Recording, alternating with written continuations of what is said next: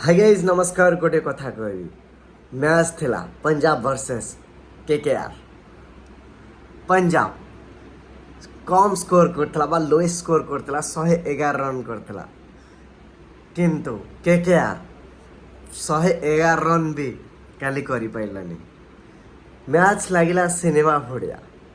पंजाब रो दुई opener 39 run करथिले, जो बढ़िया ओपनिंग पारी करथिले एवं मिस्ट्री चाहल पूरा स्पिन गेम पूरा पूरा एमती बोलिंग कले जमती कि केकेआर बैटर माने तिष्ठी पारले नाही।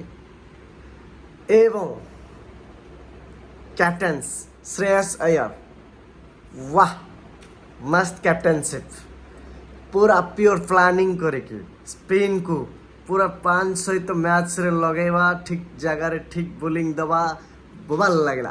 कम स्कोर थाई कि पंजाब रा 111 रन थाई कि भी कोलकाता को 95 रे रखीदेला, जोटा कि कैप्टन ठीक टाइम ठीक जगह बोलिंग दे। श्रेयस अय्यर रा best captaincy in match in Punjab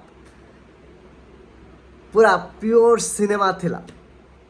कोलकातार को बैटर भी चाहिए जे लास्ट फिनिश करिकी जीवा पाए।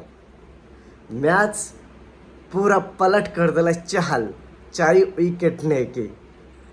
जो मैच रे चाहल बेटर बोलिंग करछंदी, विकेट खसेछंदी, से मैच पॉजिटिवली तांको टीम ही जीते। वाह nice captaincy Shreyas Iyer. Punjab all done. ए वर्ष कौन पंजाब नब कि लगुच बढ़िया डिफेंडिंग मैच जितुंट, बढ़िया खेलुंट। Punjab Kings well done Punjab.